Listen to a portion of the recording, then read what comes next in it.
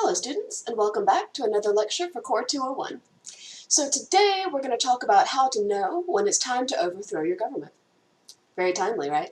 So today, really, we're going to talk about politics, the very aptly named second book from Aristotle that we're going to read this semester. And specifically, we're going to talk about books 5 and 6. So let's get started with book 5. Book 5 has a pretty complex title, and what we're going to do for most of the slideshow is essentially go through the titles that he gave each book and each section of that book and kind of talk about what they might mean. So, we begin with book 5, Equality, Justice, and Constitutional Change. So most of this book so far, the parts that we're not going to read, have been about how he thinks you can best set up a political system to run the country that you're in or the city-state or whatever. So in this section, he's talking specifically about what to do when you suspect that things are not as they should be. So essentially, how to know when it's time to change your constitution, when it's time to change your government, when it's time to change your leader. And again, this is very timely advice, but it's also classic. Everything that he says here has been true for 2,000 years. It'll probably be true for the next 2,000 years. So let's get started with book 5. So the first thing that he addresses is why you would even need to change a constitution. And this is a pretty good question, because you don't want to go around just changing things kind of at whim, because then you would end up with too much change and people wouldn't know what was going on. So the first thing that he really addresses is why you might need to change a constitution. So he says, many constitutions have come about because although everyone agrees on justice, for instance, proportionate equality, they go wrong in achieving it.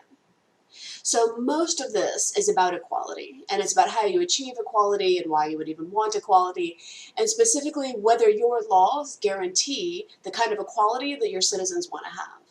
So he says the first thing you have to question is this an issue with equality? And essentially, were you aiming for equality, but perhaps you fell short? So he lists a couple of things that he thinks that we should consider. A, what is the source of the change? So if you're going to change your constitution, you need to think about who is saying that you should change it. Is it just a few people? Is it a couple of dissidents? Is it people from another country who are perhaps trying to get you in turmoil? So again, that part's very important. What's the source of the desire to change the constitution? The second part, is the change going to be destructive? So not all change is good. Sometimes you might change the constitution in such a way that it actually becomes worse. We'll talk about some examples of that. The third is, what will it change into? Also, such a good question. Are you going to change from a democracy to an oligarchy? Are you going to change from a monarchy to an aristocracy? You got to have a plan. Not just what you're going to change about your constitution, but what you're going to change about your government. Next, how can we preserve the old one? And here he's talking a little bit about just sort of historical preservation, like making sure we have a record of changes that we made previously, but also how to preserve the good parts. Most constitutions, even if they go wrong, have a couple of good ideas, so he's really sincerely concerned with, well, what about the good parts? And finally, should we even preserve the old one? So again, even though there might be good parts, that doesn't mean the whole thing is good. So one of the things that I think is amazing about this little list of how to know if we should change the Constitution is that I think it applies to a lot of other change. Pretty much anytime you're thinking about changing something in your life, I think these are good questions. Why do I want to change? Is the change going to be destructive? What am I going to change into? And do I need to honor what I was previously? So if you find yourself going through major life changes, I think these are pretty good questions.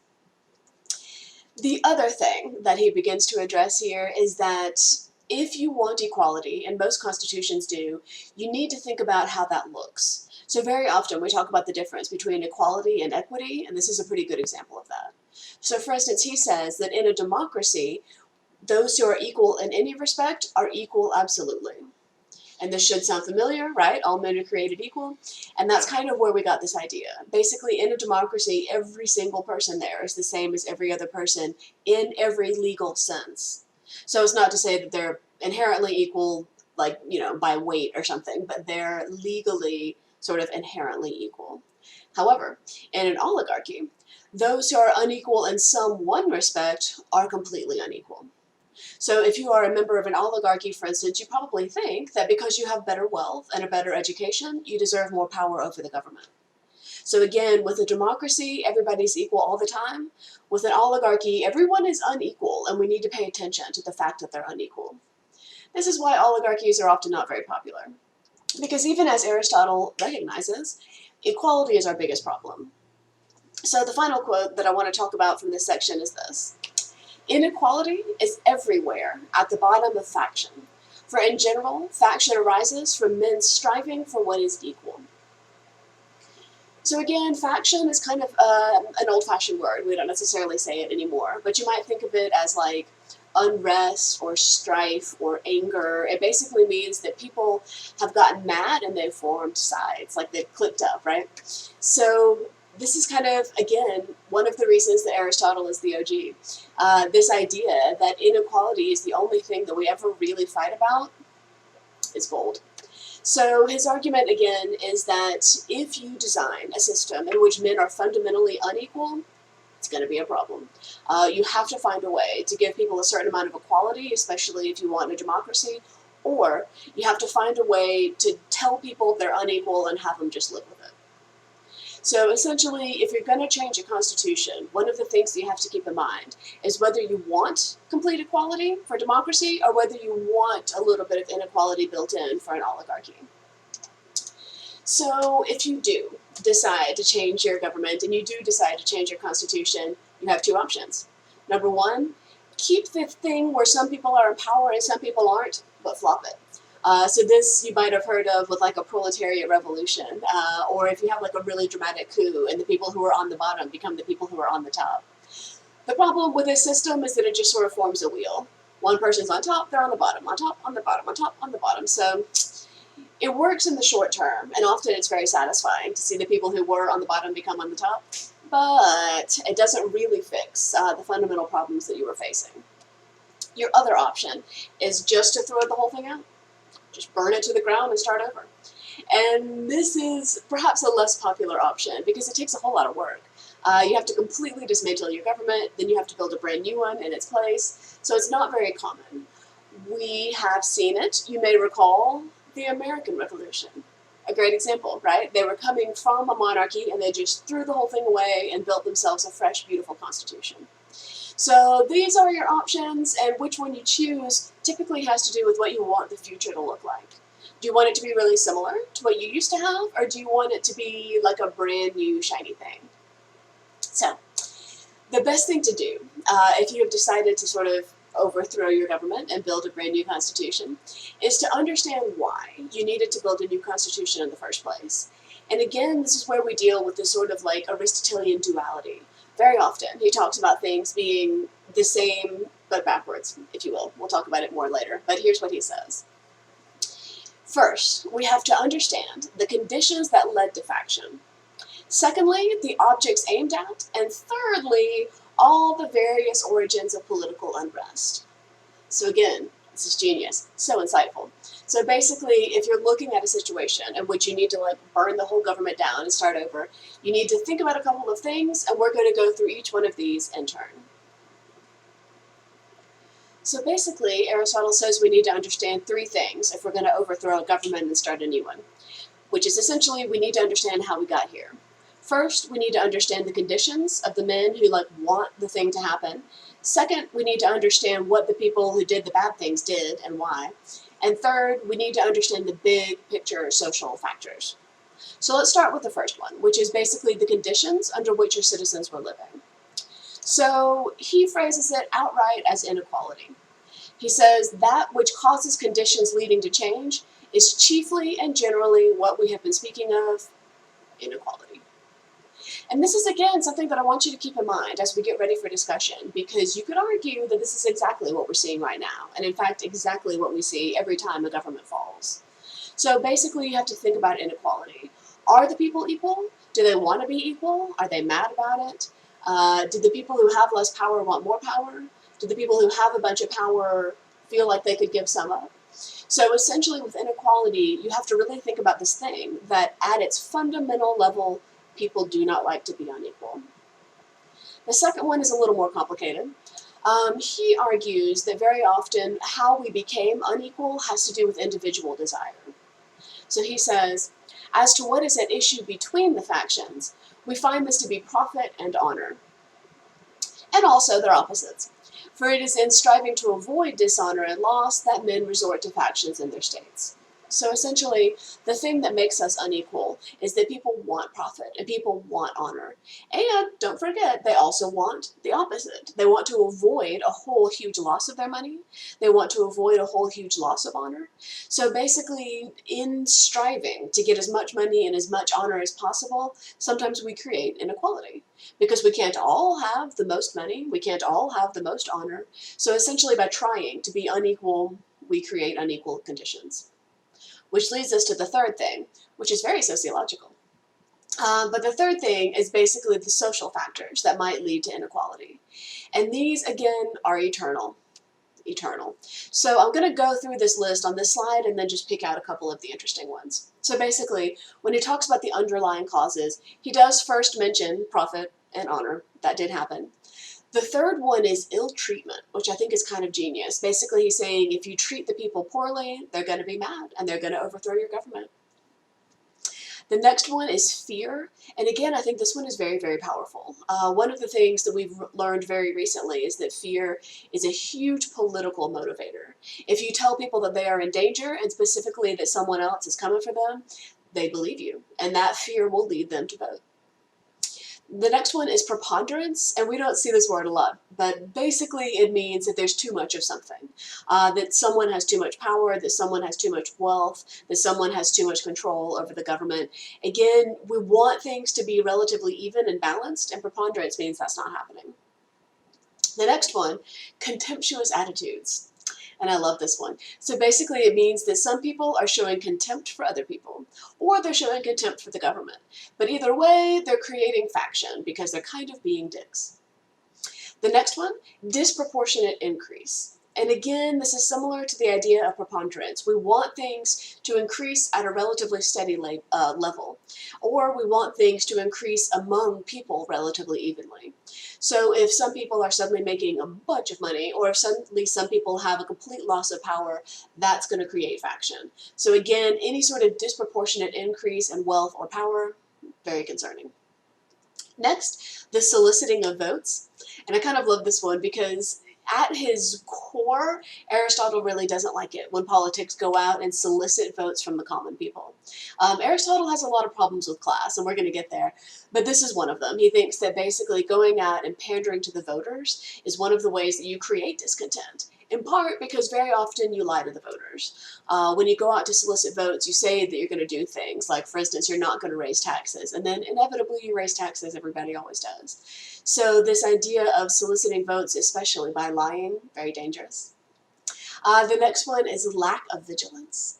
And this will come up later too, when he talks about how to be a bad ruler. But basically it means that you've just kind of been cruising and not paying attention to what's going on, especially among the angry members of your population. The next one, imperceptible change. I love this one. Sometimes it's like you look up and everything's different and you didn't notice. And finally, dissimilarity. So dissimilarity is one of the most important ones, and we are going to spend a lot more time on that one. But for now, let's go through a few of these really key ones, and again, look at ways they might be modern. So the first one is ill treatment and profit. So this probably sounds familiar to those of you who are becoming sort of disenchanted with the American government, but what he says is, when those in office ill-treat others and get larger shares for themselves, men form factions. These greater shares are won sometimes at the expense of the individuals and sometimes at the expense of the common interest. So essentially he's saying that if you use your role in the government and your role as a person who has power to benefit yourself, people are going to notice and they do not like that and they're going to rise up against you. And again, this has historically been true. We have seen this time and time again, cross-culturally, over the course of history.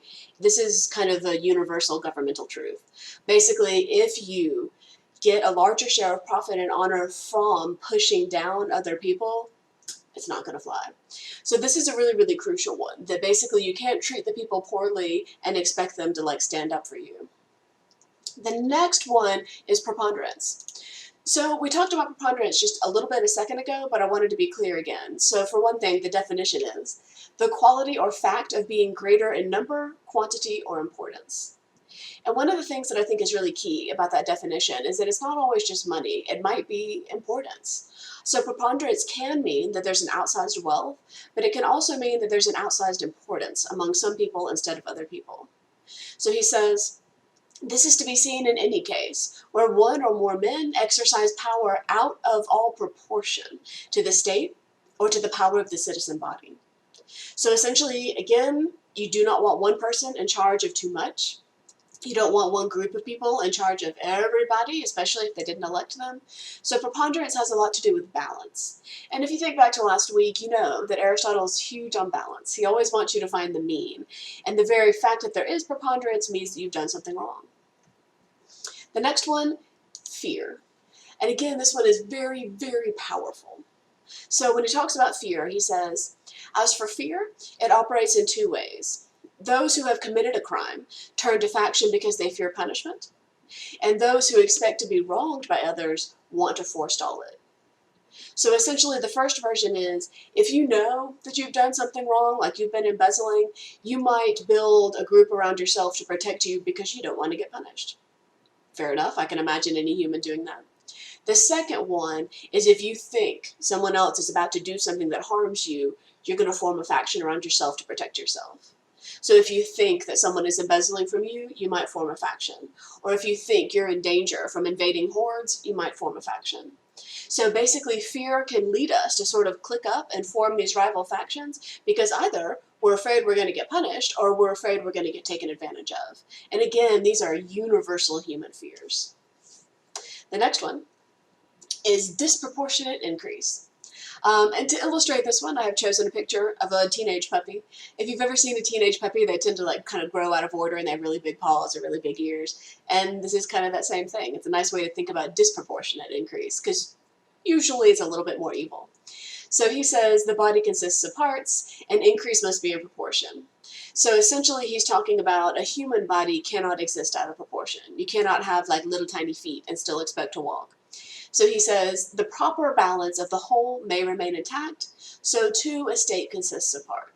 So you don't want to have a massive increase of power or wealth because that means that somewhere else it's probably not progressing at the same pace and therefore you have lost equality.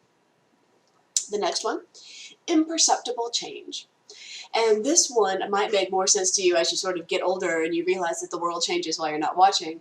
But basically, he's talking about change that has happened either so gradually or so far out of your eyesight that you didn't even notice. So he says, then there is extreme gradualness. It very often happens that a considerable change in a country's customs takes place imperceptibly, with each little change slipping by unnoticed. And again, this one is so true and so relevant. It happens all the time. That little tiny changes happen, and then by the time you turn around, it's one great big change. So if you think about changes in like voter laws or changes in like union policy, sometimes it seems like they're happening very, very slowly. But then by the time you turn around, it's a whole new world. The last one is, I think, the most dangerous. And this one he calls dissimilarity. And this should sound familiar because this is basically the idea that at our root, all humans are afraid of people we don't know. We're afraid of strangers. We're afraid of people who are different. We're afraid of change. And this has always, always been true, and it's always, always been a problem. So he says, there is a difference of stock, sort of like cattle or something, but close enough, which remains a stimulus to faction until such time as two groups learn to live together. Hence, faction has always been exceedingly common when the population has included an extraneous element, whether these have joined in the founding or have been taken on later. So America is a really good example of this because very often we refer to America as like a melting pot. And in a lot of ways that is true. Again, discounting the natives entirely, as is American tradition. When white people started coming here, they came from a lot of different countries and they came from a lot of different traditions. And often they sort of blended together. So at first, their dissimilarity was a problem. Over the course of American history, we have hated all sorts of different people. We typically hate whichever group is the newest immigrant. So for a while we hated Italians, and then for a while we hated the Irish, and then for a while we hated like Mexicans. Actually, we still hate Mexicans, right? So we change our minds every couple decades about who we hate based on how dissimilar they are. So over the course of time, we will sort of gradually assimilate people. He argues that eventually two groups will learn to live together, but at first it's big and scary. So this, again, should sound familiar because it's always a problem. Every time that we see somebody who looks different than us or practices religion differently than us, we assume that they are bad. And this isn't logical, but it is human. The final thing to remember about why a constitution might change is that every big change has a tipping point. So what this means is that even if change is like building and building and building and building, is sort of climbing uphill, something will have to happen to push it over the edge and cause it to really start to unravel. So one of the things that Aristotle points out is that this isn't always like a reasonable thing. It isn't always an obvious thing. Sometimes it seems kind of dumb, but it does take one thing. So the quote that I wanted to show you is, "The important thing to remember is that those who are responsible for the acquisition of power, whether they be private individuals or officials or tribes, it is they who provoke faction." So the thing that he wants you to remember is that the tipping point is going to come from the people who want change. The tipping point is going to come from having too much or too little power. So again, historically, we have a lot of great examples of this, but basically at any time that there's just so much faction that people can't get along, something will happen, and that will be the thing that starts the ball rolling for constitutional change. And what it is might seem kind of minor in retrospect, but it's very important at the time. So the next thing that Aristotle wants to talk about is how different forms of government are overthrown and how those ways are kind of different from each other. And I'm going to go through this one kind of quickly because it's not super relevant, but I wanted to show it to you because it is interesting that the reasons that certain kinds of government fall can be different from other reasons. So let's start with democracy. So the first thing that's important to know here is that Aristotle does think that democracy is a relatively unstable way to go about running a country. So he's especially worried about the multitude versus the aristocrats. Essentially, he's really worried that the masses, the people, are going to make bad decisions, and the few, like educated, well-taught leaders are going to make good decisions. So he starts by talking about a democracy being overthrown by merit of people making bad promises. So he starts with immoral leaders. And he says, in democracies, the most potent cause of revolution is the unprincipled character of popular leaders. So he means that very, very often a person who's running for office will make a whole series of false promises. And what ends up happening is that when they get in office, they can't keep those promises, but the poor people who voted them in there still want them to keep those promises. So very often what ends up happening is that the person who has been elected by the poor people harms the rich people somehow. So Aristotle says, in order to win the favor of the multitude, they treat the notables unjustly and cause them to unite. So essentially he's saying that if you promise the poor people what they want, it means that you will have to take things from the rich. And the rich people do not like this, and very often what they do instead is sort of unite amongst themselves and overthrow the immoral leader. One of the things that Aristotle is afraid of in regard to promises made by immoral leaders is the redistribution of wealth. So he doesn't use that phrase necessarily, but essentially this is kind of what he means. So what he says is sometimes they make them split up their possessions or income in order to finance their public duties. Sometimes they bring slanderous accusations against the rich with a view to confiscating their money. So again, this should sound kind of familiar if you've been watching the current presidential debates and you've noticed how some people are arguing that we should redistribute wealth. Like for instance, Elizabeth Warren had a pretty famous platform where she said that after a certain amount of money, you just didn't earn any more income and whatever else you earned would be kind of redistributed. And this is exactly what Aristotle's afraid of, that basically in order to fund the multitude, you're going to need some of the wealth from the very richest people. And so he argues that this is in fact immoral, and it's going to cause your democracy to be overthrown and taken over by rich people again. The other thing that he's worried about is that if we let the multitude make decisions, they're going to make bad decisions. So he says a remedy to prevent or diminish this tendency is to make the tribes nominate the officials and not the whole people. So he says if you're worried about the multitude, robbing the rich to feed the poor, what you should do is not let the poor vote.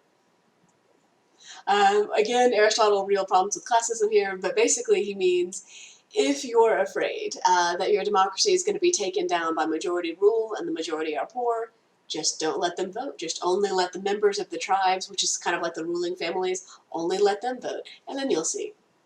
So essentially he says, democracies can be overthrown because the people who have a lot of wealth want to keep their wealth, and the people who don't have any wealth want them to share, which again might sound familiar.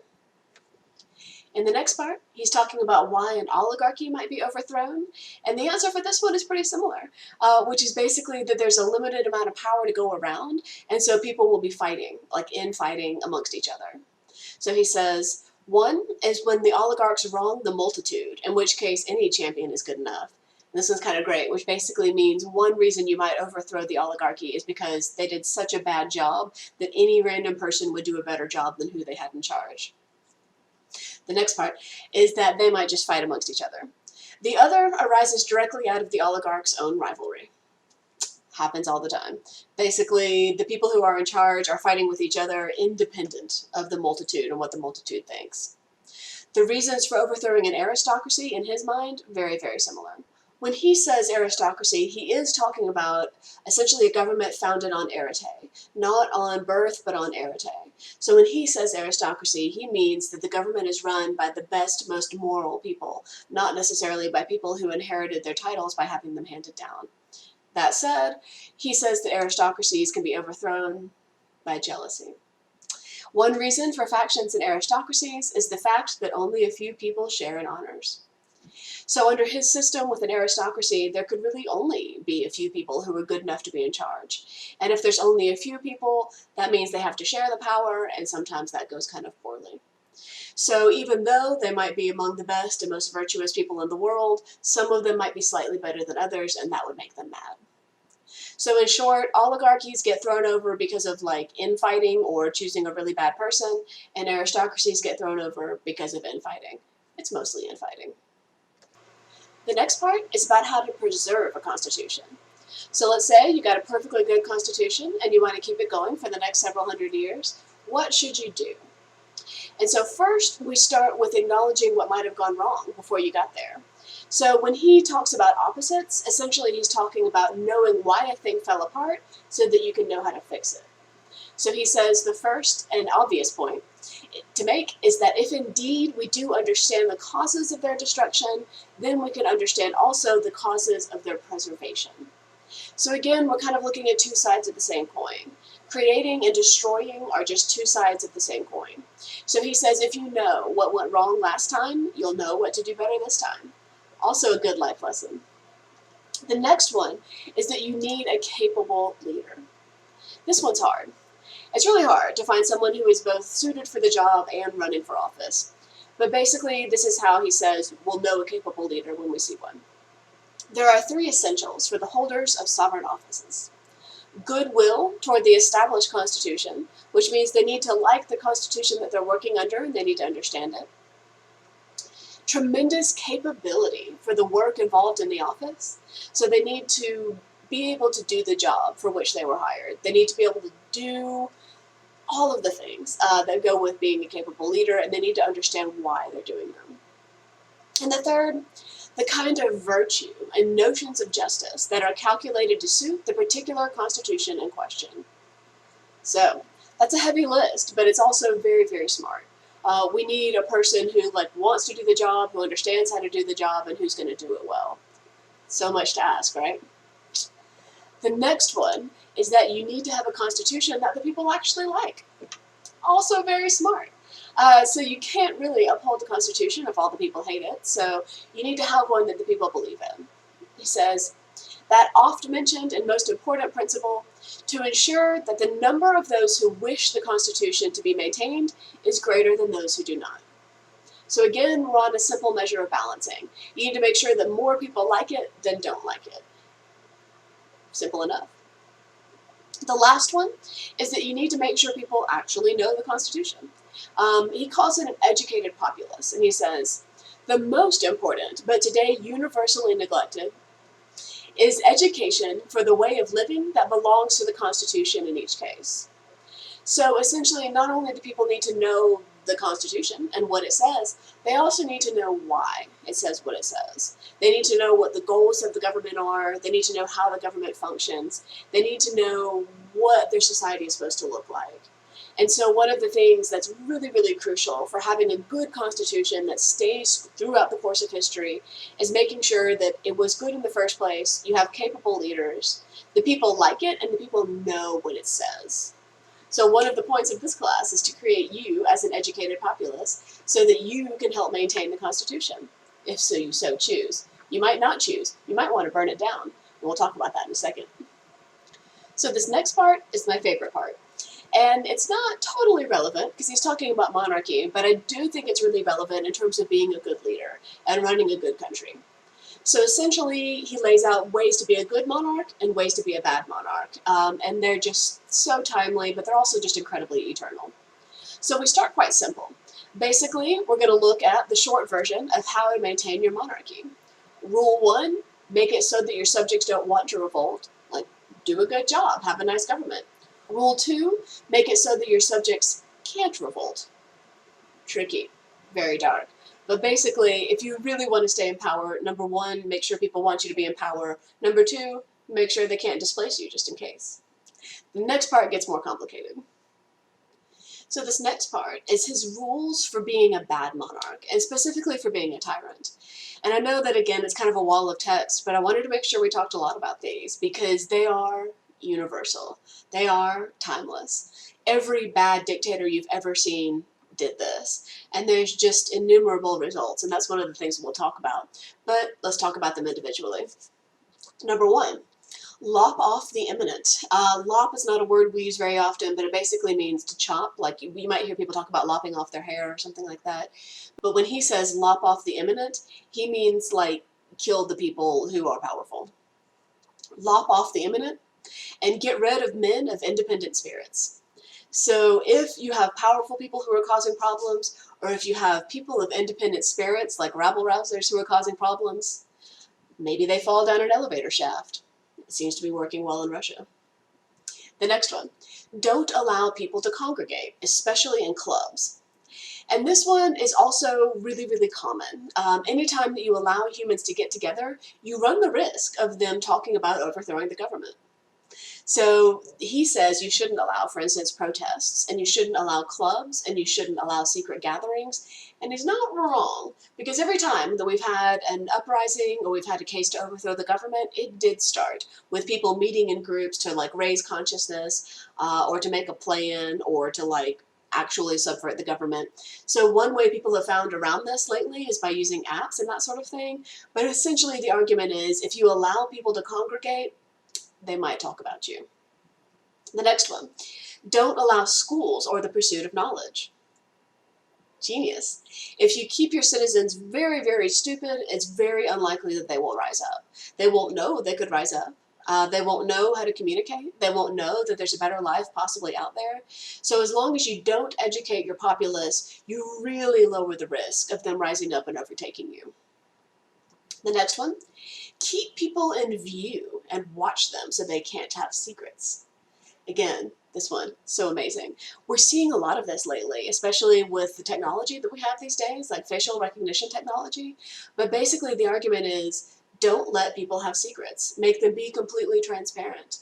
Make it so that you can access their bank records and their emails. Make it so that you can walk into any group that you want to look at. Basically, if the people can talk about you secretly, they can plan to overthrow you. So just don't let people have secrets. Next, keep up on the gossip. I love this one. Basically, keep your ear to the ground. Find out who is likely to be in charge, who is likely to overthrow you, who's saying a lot of things about you behind your back. Basically, just kind of keep up with what's going on with everybody. We see this a lot lately too, especially with surveillance of social media or with planting people or planting occupants. We know that this is a pretty popular way to kind of keep up with a revolution that might be fermenting. The next one, stir up strife. I love this one. We don't use the word strife much anymore, but it just kind of means like discontent and anger and arguments. Stir up strife and set friends against friends. So good. So powerful. And again, this works every time. So one of the best ways to sort of keep people from rising up against you is to make them distracted and to make them hate each other and to separate them. So if you can turn people against each other, really crucial. If you can plant lies about people so that they're no longer trusted, really crucial. If you can distract the people into arguing with each other instead of watching what you're doing, super crucial. So this is kind of like a big picture misdirect, like a magician might do. The last one, keep the people poor. This one works every time too. If people, for instance, are so poor that they have to work 3 jobs in order to provide for their family, they're not going to have a lot of time to keep up with the news or to like take place in demonstrations. So if the people are poor, they will also be dispirited, they will also be hungry, they will also be tired, they will also be sad, and they're much less likely to rise up against you. If they're rich, they might be kind of satisfied, and they might think they deserve some sort of power, but if all of the people that you rule are poor, and they're uneducated, and they're unhappy, and they hate their friends, and they're being observed, you're doing a great job being a terrible monarch. So think about this list really carefully, because it's dark. It's very sort of Machiavellian, although of course Machiavelli came after and he was copying this. But it's very dark in terms of how to be the worst possible leader, but it's also very effective. In the next section, he makes it even more simple than that. So here we're just looking at 3 main rules. And these are the best rules, again, for making sure that the people don't rise up and overtake you. Number 1, make sure that people have very little spirit. Make sure they're kind of downtrodden, that they don't have an identity, that they don't have any pride. Number 2, make sure that the people don't trust each other. Very tricky. But if the people believe that they can't trust their fellow citizens, or they can't trust the news, or they can't trust the politicians, then they're very likely to be dissenting, and they're not going to rise up and overthrow you because they don't trust each other to make good decisions. The third, make sure they just don't have the means of overthrowing anything. Make sure that they're poor. Make sure that they're uneducated. Make sure they can't communicate. So again, in short, if you want to be basically a cartoon villain, these are the rules that you need to follow. This next part is also amazing. So these are the rules for how to be a good monarch. But you'll notice they are still kind of tongue-in-cheek, they are still sort of dark, because he's not necessarily saying you need to do these things. He's saying you need to act like you might do these things. So amazing. So let's start with number 1. At least appear to think about the common good. Love this one. Again, he's not saying you actually have to care about dirty, gross, poor people. He's saying you need to pretend to care about dirty, gross, poor people. That you need to like go out there and wave at them and things like that. So you don't have to actually do anything, but you need to make a lot of noise about how much you care. Number 2, give the impression of dignity. I love this one. Again, it's kind of a fake it till you make it situation, but if you wear the right clothes and your videos are carefully edited and your scripts are written by somebody else, you can really appear quite dignified. So as long as you don't, embarrass yourself publicly, you're doing a good job. Number 3, don't rape young people or women. Sure, yeah. I mean, I think that's a really good rule. Here, they're concerned about both young boys and girls, which is good. Most societies agree that pedophilia is bad. There's only a couple of things that almost all societies are against. Pedophilia is one. So this is very good advice. Don't rape young people. Nobody likes that. I like that he included don't rape women. I appreciate the thought there, but let's just generally say just don't rape. Again, I support that one. The 5th one I like a lot. Or sorry, the 4th one. Don't party too hard, at least publicly. So here, essentially, you don't want to get drunk and make a fool out of yourself in public.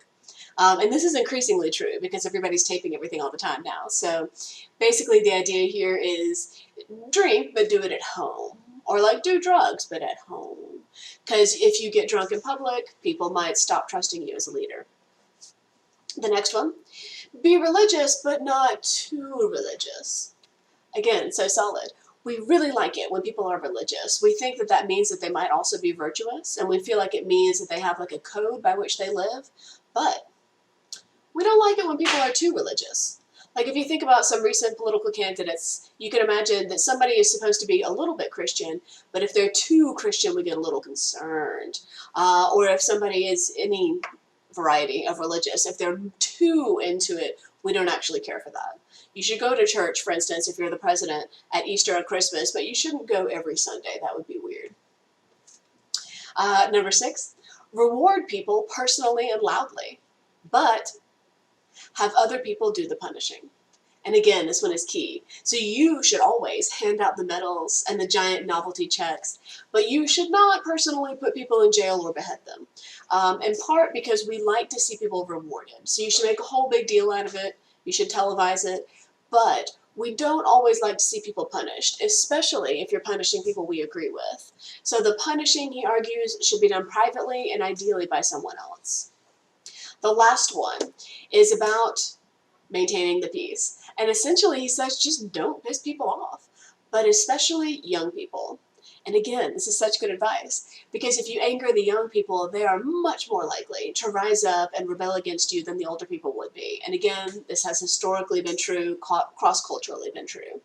So don't anger people, period, but especially don't anger the young people. So again, these aren't like great rules. These don't really tell you how to be a good leader and like a moral leader, but they do tell you how to appear to be a good leader and a moral leader. And sometimes that's all that people want.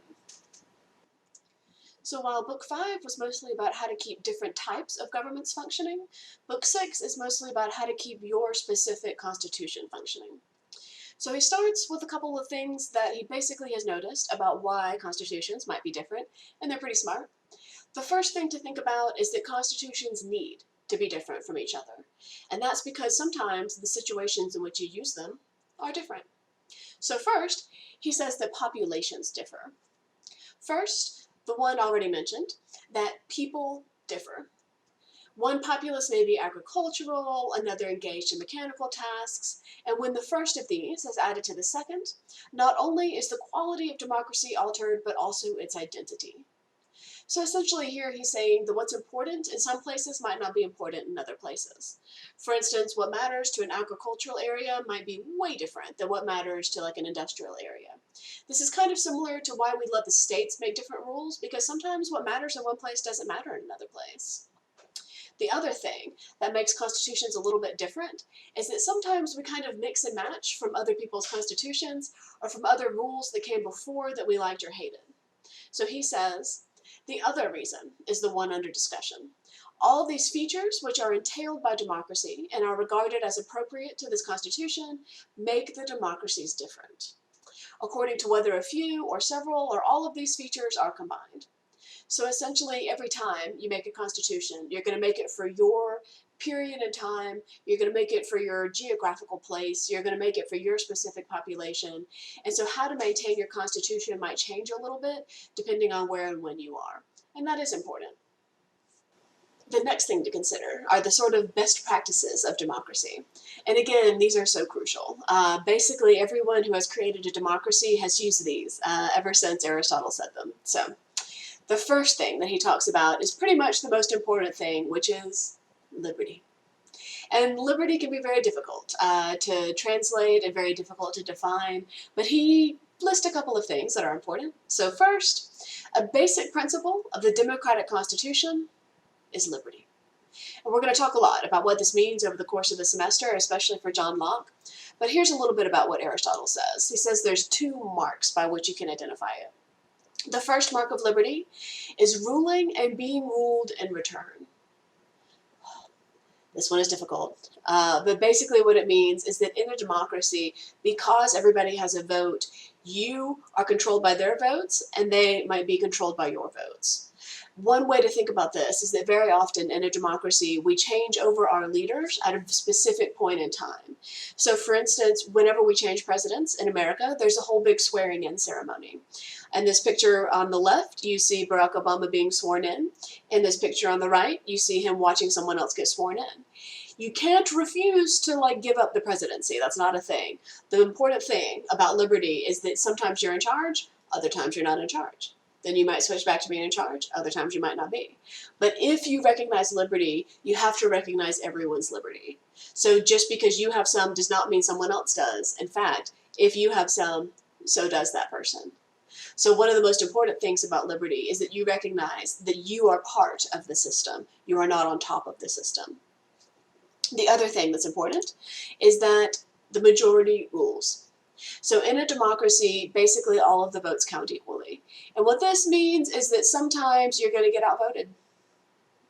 Sometimes other people are going to believe something that you don't believe. Sometimes you're going to be in the minority, and you simply have to accept that this is what's going on. So he says, "For, as they say, there must be equality for each of the citizens. The result is that in democracies, the poor have more sovereign power than the rich, for they are more numerous, and the decisions of the majority are sovereign." He's kind of dealing with two things here, and one is simple majority rule. If you're taking a vote, the most votes win in the end.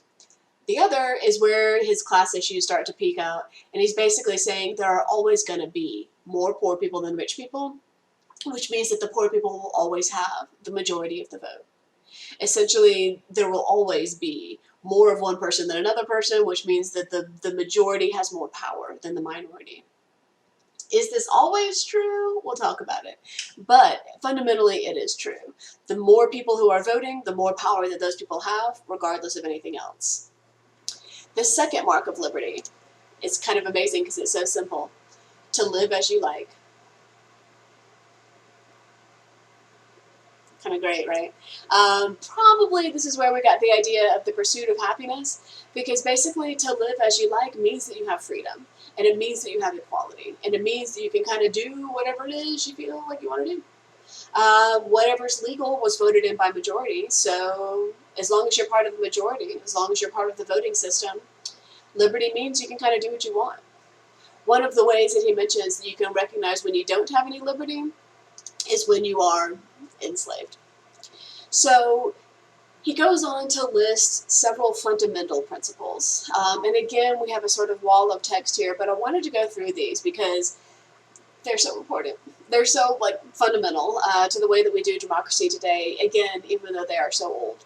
So, number one, elections to office by all from among all. So this means anybody can be elected to office. You don't have to be a member of the aristocracy. You don't have to be a member of the oligarchy. All of the elections take place from all, by all. So anybody can run, everybody can vote. Number two, rule of all over each, by turns over all. So again, this kind of means that if we are taking turns with who gets to be the leader, at some point you might have rule over everybody, but at that next point, someone else has rule over you. So you have to be ready for this sort of shifting of power. Number three, offices are filled by lot. So if you're not going to have a voting of people into office, they'll just sort of be filled randomly, which is fair, but not always ideal. Number four, no tenure of office dependent on possession of property. So here he's arguing that wealth is not fundamental to democracy. You cannot stay in office longer just because you're really rich. And you cannot stay in office longer just because you own most of the town. So basically, if you're going to have a real democracy, how long you stay in office and what position you hold cannot be based on wealth. Number five, the same man should not hold the same office twice. I love this one. We didn't really stick with this one, but the idea here was that you couldn't be president twice, or you couldn't be Secretary of State twice, that you had to rotate. You had to sort of let that next person come in. Number six, short terms for all offices. Genius. We didn't add that to the Constitution until it was a little bit too late. Number seven, all to sit on juries.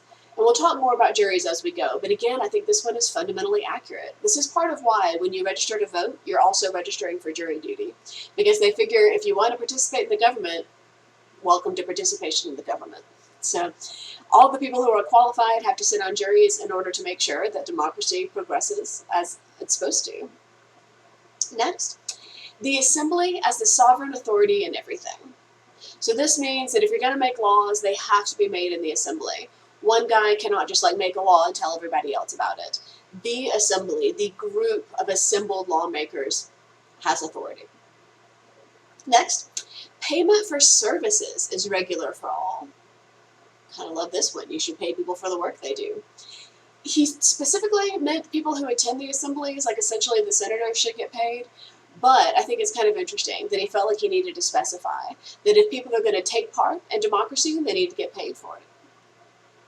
10th, democratic leaders can be low class and poor. Thanks, Aristotle. But again, this has always been a problem, and it continues to be a problem. Technically, democracy should be very, very equal. It should be for all, by all, like you said earlier. And that means that he has to specify that sometimes a poor person gets to participate. And 11th, no one has perpetual tenure. Can't be president for life. Can't be senator for life. Can't be House of Representatives for life. Like, basically, you can't just step into your role and stay there forever. The only place, really, that there's tenure almost anywhere in the world is in academia, and even we are kind of getting rid of it. So this idea of no perpetual tenure really does have a lot of power. So I know that was kind of a lot, but I think this is important, his ideas about the fundamentals of democracy, which is number 1, take turns, and number 2, everybody gets a say. So this next part is about achieving equality. And here he's talking about financial equality. So his real question here is essentially, should some people be really rich, or should everybody be medium rich? And again, if you've been keeping up with politics lately, you probably have an opinion on which one it should be. Aristotle's opinion was that some people should be really rich. So you'll notice that sort of coming up over and over again. Like, he really sincerely believes that we should just have a few rich, clever people and then everybody else. But one of the things that he's dealing with here is this idea that probably the poor people would like to be medium rich, and there are more poor people than there are rich people. So he kind of goes through a couple of versions of like, oh no, they're coming for me. So we start with this idea of equality. So he says the next question is, how will they obtain equality? And again, here he specifically means how will they attain financial equality, the sort of like quality of living. And so what he argues is that they're going to come and take your money. He says it is always the weaker who go in search of justice and equality. The strong reck nothing of them. And we don't really use this form of the word reck much anymore, but it's essentially kind of like reckon. So he's saying that any time that people are talking about achieving equality, or any time people are talking about achieving justice, it's the poor people or the people who don't have any justice who are talking about it. People who have enough money and have enough justice don't even notice. So again, you may have noticed this recently with our focus on how to live on minimum wage or how to survive police brutality. If you're not part of it, you might not even know it's a problem. But if you are a part of it, you're probably real pissed off at this point. So he acknowledges this, and he says basically the strong don't even notice this sort of thing, but other people do. So one of the things that he's very concerned about is how we're going to make decisions. So he says, for the champions of democracy say that what the majority decides is just, majority rule, while the partisans of oligarchy say that whatever is decided upon by those with greater possessions. So essentially his argument is, in a democracy, the poor people are making the decisions, and in an oligarchy, the rich people are making the decisions. He also says both of these views involve inequality and injustice. How do they both involve inequality and injustice, you ask? The next slide will tell us some more. If we take justice to be what is decided by a numerical majority, they will act unjustly, confiscating the property of the rich and less numerous, as has been said before. So essentially, if we allow the poor people to redistribute the wealth, that will involve injustice for the rich because they'll be taking what the rich have. This is also, I think, a really interesting thing to talk about at this point in time, especially as we're considering things in terms of like taxation of the super rich, or we're kind of looking at why some people have a whole bunch of money and some people have like negative money. So this is sort of what I hear you guys talk about, eat the rich. Like, this is sort of that idea. He's afraid that that will happen. I thought this meme was especially funny in regard to this idea of the working class, who he's talking about as the multitudinous poor. So he says to make sure that the poor people don't come and, eat us and take our houses and all our money, it is said that whatever seems to be right to the majority of the citizens ought to be binding, unless if their decisions disagree. So he says basically majority rules unless they're tied, at which point the answer should be whatever is decided by the majority by those of a higher total property assessment. So essentially, yes, majority should rule unless they're tied, in which case the oligarchy should weigh in, or really, unless what they decide is scary, in which case the oligarchy should weigh in. So here he's arguing that any way of achieving equality is inherently unjust. Either you're going to steal from the people who have it or not, and either way, that's going to be a little bit scary for him. This idea that we might end up with an equal amount of money. It's very scary for a lot of people, so this is another one of the things that we'll discuss in more detail. So this is the part where he really starts to lean in on the classism. And it's important to remember that Aristotle's entire job, his entire, telos, was educating future leaders. So he really sincerely believed that some people came from good families and had a good education, and they were just inherently better. And that they were going to go forth and, lead the populace. And he was kind of afraid of anybody who didn't. So essentially what he's talking about is that he thinks the best people to rule are the people who were kind of born to rule. So he says that farmers, for instance, are fine because they mostly leave the rest of us alone. So when we're building a constitution, we should just let the farmers be because they don't interfere with our stuff. He says for having no great abundance of possessions, they are kept busy and rather attend the assembly. They find more satisfaction in working on the land than in ruling and engaging in public affairs. So who make for the best citizens? Farmers, because they don't mess with us. They just stay on their farms and don't interfere with our important governmental business. Similarly, there's a difference, he thinks, between urban people and rural people, and is largely based on whether he thinks that they'll interfere with the government. So he says that city people are bad because their lives are inferior, and none of the work they do has the quality of virtue. Also, this class of person, which is constantly milling about the city and the marketplace, can all too easily attend the assembly. So he does not like poor city dwellers because he's afraid that since they're in town anyway, they might stop by. The country people, however, when it comes to the operations of war, they are particularly well trained and conditioned, they're physically fit, and they're capable of living in the open. So the city people are bad because they're going to interfere with your business, and the country people are good because they're mostly going to stay home and do farm stuff unless you go to war, in which case they're ready, they're right there with you. Again, just because not everything someone says is good does not mean that there's not some good stuff. That said, it gets worse. So next he says that the best way to keep the populace under control is to let them feel like they have a modicum of control. So essentially to let them think that they're making choices. He says to have a sovereign power vote at elections and to scrutinize outgoing officials makes up for any deficiency which those who have ambitions may feel. So essentially, even though you're too poor to run for office and you're too uneducated, if we let you participate in the voting and we let you talk about the people who are voted out, then maybe you'll feel powerful enough that you won't want to complain. Again, it's very dark. But essentially his argument is we should just let them feel like they have a little bit of power and then they'll be distracted and they'll be happy. So it's kind of like when you give a toddler a cookie to distract them from what else is going on in their world. This is where it starts to get a little bit weird, and this is where I'm going to start to kind of relate it to our modern world. So he says, hence, for this other kind of democracy, which we have mentioned, it is advantageous as well as customary that all should elect to offices, call to scrutiny, and sit as jurymen. So essentially, everybody should have a little bit of power, but that person's, to fill the most important offices, should be selected from among those possessing a certain amount of property, or even not on the basis of property at all, but ability.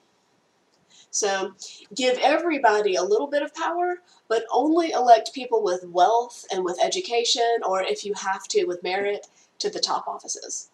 So this sounds pretty offensive, right? Like we read something like this and we think, you can't just let the rich people be in control, they don't know everything. And yet, let's look at a couple of graphs, because the unfortunate truth is that, yeah, we still do this. We mostly exclusively elect rich, incredibly well-educated people and leave the rest of the people behind. So let me show you a couple of graphs. So since Aristotle thinks that we should allow the wealthiest and most educated among us to make all the decisions, let's look and see if we do that in real life. So this first graph is measuring the median net worth of US Congress members. And basically you'll notice that it's pretty high. It's about 1.2 million. And that is in 2016 dollars, but one thing that's important to note here is that it has gone up over the course of the last couple decades. Another way to think about this is measuring the odds of you being a millionaire versus a congressperson being a millionaire. So in this top graph, you can see that the median net worth of an American family, like the whole family, is probably about 120,000, which means the odds that any given American is a millionaire, it would be like 1 in 22. The odds of a member of Congress, however, being a millionaire are nearly 1 in 2, because their median net worth is 912,000. So one way to think about this is the idea that being in Congress probably does not make you a millionaire. Probably you are a millionaire first. This graph at the bottom has a sort of a similar line of thought, but here they're measuring how much wealthier senators are than people who serve in the House of Representatives. So here you'll notice that senators are way wealthier than people who serve in the House of Representatives, and that even though in the House there's a sort of equality in the wealth that they hold, in the Senate you'll notice that the members of the GOP are way more likely to be wealthy than the members of the Democratic Party. It probably doesn't mean that being a Republican senator makes you healthy. Once again, correlation and causation, not the same. In this final graph, we're looking at the level of wealth disparity between representatives and their constituents. So what this means is how much more wealthy is the representative than the average person that they represent. And you'll notice that, for the most part, definitely much more wealthy. Usually at least 2 to 3 times as wealthy. Some states, like Arkansas, have a relatively low parity. But if you look up here, like for instance Maine, for some reason, it's 130 times. But a lot of places are like between 70 and 90 times. So what that means is that your senator or your House of Representatives representative is a lot likely to be wealthier than you are. So it's, again, not necessarily a thing where we hire the wealthiest among us because we think they're the best. It's probably a thing where the wealthiest among us have the time and resources to run for office. So even though, as we just discussed, being wealthy does not necessarily make you better at doing your job, Aristotle thinks it might. And really here, this is kind of a sociological line of thought. He's kind of thinking that the wealthiest men probably had the best education, they probably had the best parents, they're probably better prepared, but it comes off super elitist. So first he says, running affairs of state on this basis, which is to say letting the wealthiest men run it, will be bound to be successful because the offices will always be in the hands of the best persons in accordance with their wishes of the people and without their being jealous of the respectable men. So here he's arguing that if we elect the best persons, we won't be jealous of the way that they serve, which, again, didn't quite work out. In this next quote, he's arguing that this is going to work really well because it'll satisfy people. So he says, moreover, this form of administration will satisfy the nobles and the respectable sort who will not find themselves ruled by their inferiors. Oh, Aristotle. And their ruling will be just because others will have the sovereign power to call them to scrutiny. So essentially he's arguing that if we elect via a democratic process the wealthiest and best among us, that number one, the notables won't be sad because they won't be ruled by people who are poor. But number two, if they do a bad job, the poor people can still recall them. So essentially we will elect the people we think will be the best, but if they do it wrong, we can still vote them out of office. The final quote that I wanted to share with you on the same train of thought is very wishful thinking, I think. So he says, the inevitable result is this most valuable of principles in a constitution, ruling by respectable men of blameless conduct and without detriment to the populace at large. So, on the one hand, that is the ultimate goal, that the people who are in charge are respectable and that they are blameless and that they do no harm. On the other hand, just electing the wealthiest people available is probably not the best way to do that. Again, Aristotle is kind of conflating education and like good family with wealth, and he's not wrong. Those two things do tend to overlap on a Venn diagram, but at the same time, this has not been a blameless system of government. So finally, he deals with how to preserve your constitution. So this is kind of the mirror of the first part, where he was talking about how to preserve a democracy or how to preserve an oligarchy. And basically his argument is that you do want to preserve the constitution, but you should do a few things just in case. So here's the first. The task confronting the lawgiver and all who seek to set up a constitution of such kind is not only or even mainly to establish it, but rather to ensure that it is preserved intact. And he does not mean literally the way that the Declaration and the Constitution are preserved in the museum. You know what's weird? Interestingly, they go underground at night, just in case. But he means sort of figuratively. So once you've written this beautiful Constitution, you have to make sure that it stays in place, that it is preserved, because you spent all that time on it. So here's his advice for making sure that it stays preserved. Number one, don't confiscate the wealth for your own personal use. Genius, right? But he's basically saying if you levy taxes or you levy fines of some kind, don't just like collect it and use it on stuff that's important to you, like jets with hot tubs in them. We see people get caught for this all the time. So instead of confiscating the wealth and using it for personal reasons, you should use it for public reasons or sacred reasons, and what he means by that is temples. You should also not waste time on a bunch of public trials. Not sure where he's going with that one, but all right. You should pay the people who attend the assemblies, and what he means there is like the senators and the representatives. People shouldn't just go and vote for free. You should have them essentially earn a salary, or at least be paid per assembly. If you can't pay the people, at least make the assemblies as few as possible. So again, this is not volunteer work. And finally, he says, instead of handing out extra money, make sure that people have enough at the start. And this is kind of interesting. This is actually kind of socialist, because his argument is that instead of just like handing out little piles, you should make sure that your society is set up in such a way that people don't need an extra pile of money. So one of the ways that he talks about doing this is essentially subsidies.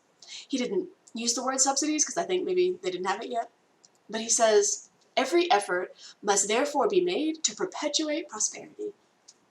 There's a lot of good alliteration in that sentence, but basically the argument is you should set up your constitution and your government to make sure that the people can be prosperous. Not just you, not just your friends, but like the people. And so one of the ways that he thinks that we should do this is essentially by like guided handouts. He says all that accrues from the revenues should be collected in a single fund and distributed in block grants to people in need. If possible, in lump sums large enough for the acquisition of a small piece of land, but if not, to start a business. So essentially what he's saying is that from the taxes, you should kind of redistribute the wealth in such a way that it continues to grow wealth. So instead of just handing people a pile of money, you should hand them enough money to start a small business, or you should hand them enough money to buy a small farm. So he's basically kind of saying invest in your people. He actually says it a little bit more explicitly in this next one. He says, when the notables are wise and considerate, they also split up the poor into groups and make it their business to provide them with a start and some occupation. So this could kind of skew evil. This could be kind of like, we have decided that you'll be a blacksmith. But it could skew in a really positive way. It could be kind of like a leg up program or an apprenticeship program. It could be something sort of similar to public education, really, to where you round up the people who can't afford education on their own, which at this point is a lot of Americans, and you teach them how to be something. You teach them how to have an occupation, how to have a future. So instead of creating like a dependent class, you sort of build the wealth from below and create an entire country of people who are self-sufficient. So again, it has a little tiny spark of socialism, but I think it's a pretty strong way to maintain your government. So the last part of book 6 is super boring, so I'm just going to tell you a little bit about it real fast. So basically, he continues this thought about how to maintain certain things. So when he talks about how to maintain an oligarchy, which for some reason comes after the other parts, but whatever, I just wanted to show you this because I think it's kind of interesting. So he says, only rich people can join the ruling ranks, which is par for the course in an oligarchy, and essentially don't ruin it if it's going well. So even if you only let rich people join, you still got to make sure they're doing a good job. And the final part is that you should do nice things for poor people so that they'll like you. And again, on the one hand, this is very performative, this idea that like, just give them a cookie. But on the other hand, it could be construed as a net positive. So for instance, if you had a soup line, that would be a good thing that you could do for the poor people, and they would think fondly upon it. One of the most famous people that sponsored a soup line was Al Capone, the gangster, and he did it so that the people in his neighborhood would think kindly about him, even though he was a bootlegger. So if you want to maintain an oligarchy, okay. The other thing that is interesting is that he lists all of these officials that you'll need to run your city-state. And again, I don't want to go through all of it, but I thought it was worth mentioning that this is pretty solid. You are going to need people who control the marketplace, which is sort of like, we have a chairman of the Fed, of an official who's the warden of the city. We do. We have mayors, we have governors, we have layers on down for that. An official who's the warden of the countryside. We didn't go with that one. A treasurer, a record keeper, a fine collector, like a tax collector. So these aren't bad. Like, this is a pretty good list, but again, I didn't think it was worth spending all of our time in lecture on. So essentially, the thing that I want you to think about in regard to Chapter 6, especially in regard to how to keep something running that's already going well, is I want you to think about how to structure your constitution in such a way that it continues into perpetuity. You want people to be prosperous. You want your progeny to be prosperous. Again, so much alliteration. So when you are designing your constitution, I do want you to think about, how can this continue generations from now? Am I taking care of the government in such a way that it creates prosperity? And are we really leaning into a democracy, or are we really leaning into an oligarchy? Sometimes you might argue there's a lot to be said for an oligarchy. We certainly clearly have one in America. But whether you want that or not is entirely up to you. So, I hope you enjoyed your second and final lecture on Aristotle, and I'll see you soon.